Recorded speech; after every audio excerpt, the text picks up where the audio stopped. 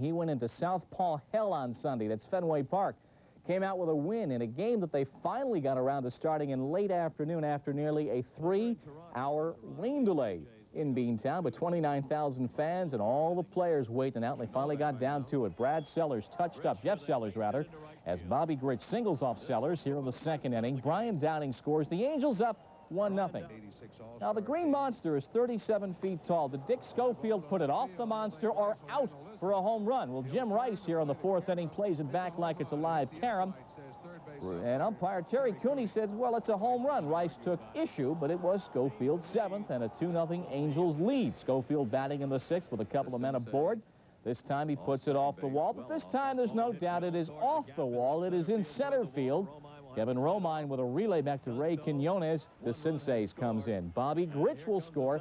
The Angels on top of the Red Sox 4-0. In the seventh inning, Brian Downing out and over and into the screen. A two-run shot to make it 6-0.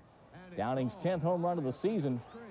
And they waited 3 hours to start the game, and John McNamara kind of wishes, hey, just call it off. Let's go fishing. But in the eighth inning, Joe Sambito pitching, and Gary Pettis singling here for the Angels. A couple of more runs. Schofield scores again. Bob Boone scores. It's 8-0. It was a scary moment for the Angels. It came in the eighth inning when Kevin Romine down to DeCinces at third base, makes the stop, but falls on his knee and comes up favoring it. Another look at the play as he went right down with a good backhand stab, but bruised that knee, was helped off, and had to leave the game. He'll have 3 days to give it a rest over the All-Star break.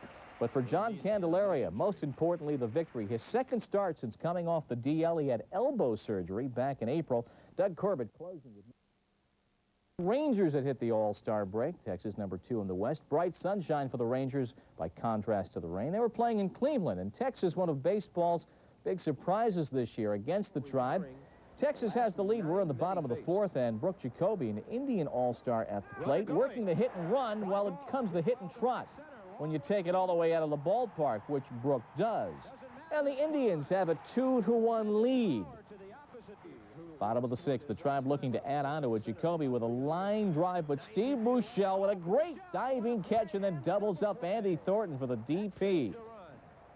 Well, Phil Niekro breezing along here in the seventh, but that ends right here when Gino Petralli takes a knuckleball, waits on it, and takes it out for his first ever Major League home run. And so the Rangers have tied the game at 2-2. And the next batter, rookie Ruben Sierra, goes the other way for his fifth home run of the season. The Rangers leading it 3-2, and you got to think that Niekro's saying, hey, guys, you got to respect your elders, but it doesn't work that way in baseball. Greg Harris pitching here for Texas, and he fields a Brett Butler bunt in the seventh inning and throws it down towards the lakefront. Corey Snyder will eventually score on a sac fly, so the game is tied at 3-3. We go to the 10th inning. For the Rangers, they get 2 on and 2 out. Larry Parrish off the ace. Ernie Camacho brings in Pete O'Brien, and so the Rangers take a 4-3 lead. They win it 5-3. Mitch Williams, a couple of innings of relief to go 7-1. And Scott Fletcher, by the way, now with a 12-game hit streak for the second place Texas Rangers. Defending world champs at the halfway point on a downer, the Royals, courtesy of Detroit. Jack Morris was overwhelming, getting a couple of the Royals right in the first inning. George Orta goes down swinging right there. Third inning with a couple of Tigers aboard, a 3-2 pitch to Kirk Gibson. You cannot hit it much harder than this. It becomes a back wall special. Out towards I-70, out towards wherever. 3-0 Tigers, the 12th of the season for Kirk Gibson. That was bad enough, and in the top of the fifth inning, Lou Whitaker hits his 12th. He has not seen his kid. A little lower, a little less impressive, but over the wall. That's the important part. Tigers up 4-0. Quisenberry comes on in relief with the Royals trailing in the ninth inning, and Alan Trammell goes to right with Pat Sheridan aboard. It's a bounding rounds rule double, and the Tigers take a 5-0 lead. That's about all the cushion that Jack Morris needed. He goes the distance, getting Jim Sundberg for his 12th strikeout, and for Jack Morris, 22 consecutive scoreless innings. Walked 3, struck out 12 on Sunday. 4 consecutive complete games for Jack Morris, who's now 9-6 in a 5-0 victory for Detroit over Kansas City. Well, there was long ball and vintage Bert Blyleven for the Twins against the Yankees. Bob Tewksbury here, touched by Kirby Puckett in the first inning, but Dan Pasqua is there, and he's got it. Tewksbury with a streak of 45 straight innings without giving up a homer, but the next batter is Roy Smalley, and that streak is history because this ball is history. Upper Decker. Pasqua can't get this one, and the Twinks lead it They have a 2-0 lead in the fourth, and Greg Gagne lines one to right center field. Carousel is turning. 2 RBIs on this one, a triple for Gagne. The Twins up comfortably 4-0. Meanwhile, Bert Blyleven on target on Sunday. Just vintage Bert Blyleven. Try and hit this pitch.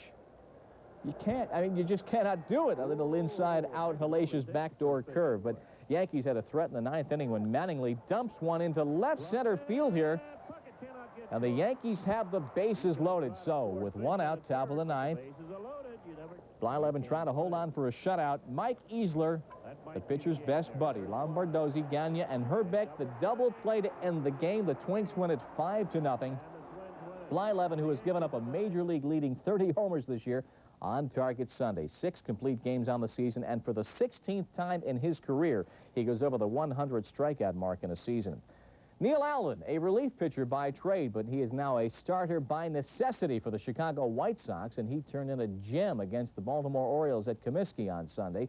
Well, in this game, they call Steve Lyons psycho. We don't know why, but the sun was out. He didn't need the glasses that much with the wipers going. This is Julio Cruz singling off Scott McGregor in the second, bringing in Greg Walker. Chicago is on top 1-0. The next batter is Joel Skinner. This one may be landing in Addison, which could be the new home of the Sox. Way back into the upper deck.